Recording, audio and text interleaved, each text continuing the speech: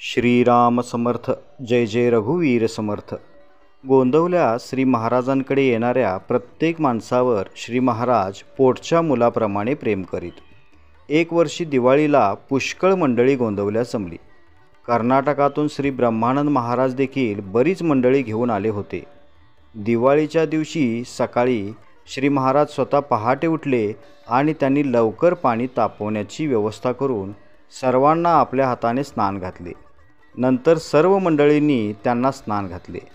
त्यांचे स्नान चालू असताना मुक्ताबाईच्या मनात आले की मलाही महाराजांना 2 तांबे पाणी घालायला मिळाले तर किती छान होईल.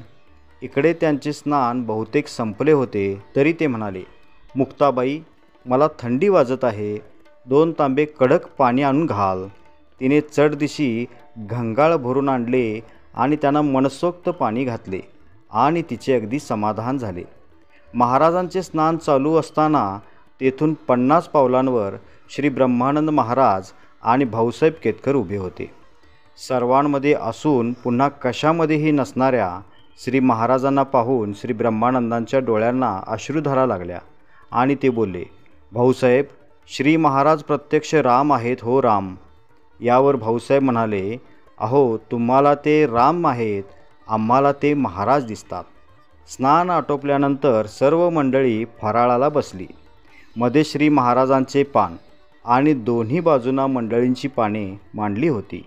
अशी पुष्कळ मंडळी बसलेली पाहून श्री महाराजांच्या डोळ्यांना एकदम प्रेमाने पाणी आले आणि ते म्हणाले, ज्याप्रमाणे बाहेरगावी गेलेली मुले दिवाळीच्या दिवशी बापाच्या घरी जमतात तसे तुम्ही सर्वजण मला दिसता.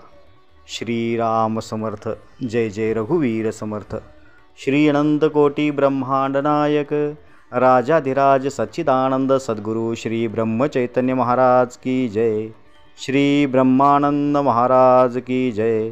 जय जय रघुवीर समर्थ. श्रीराम समर्थ.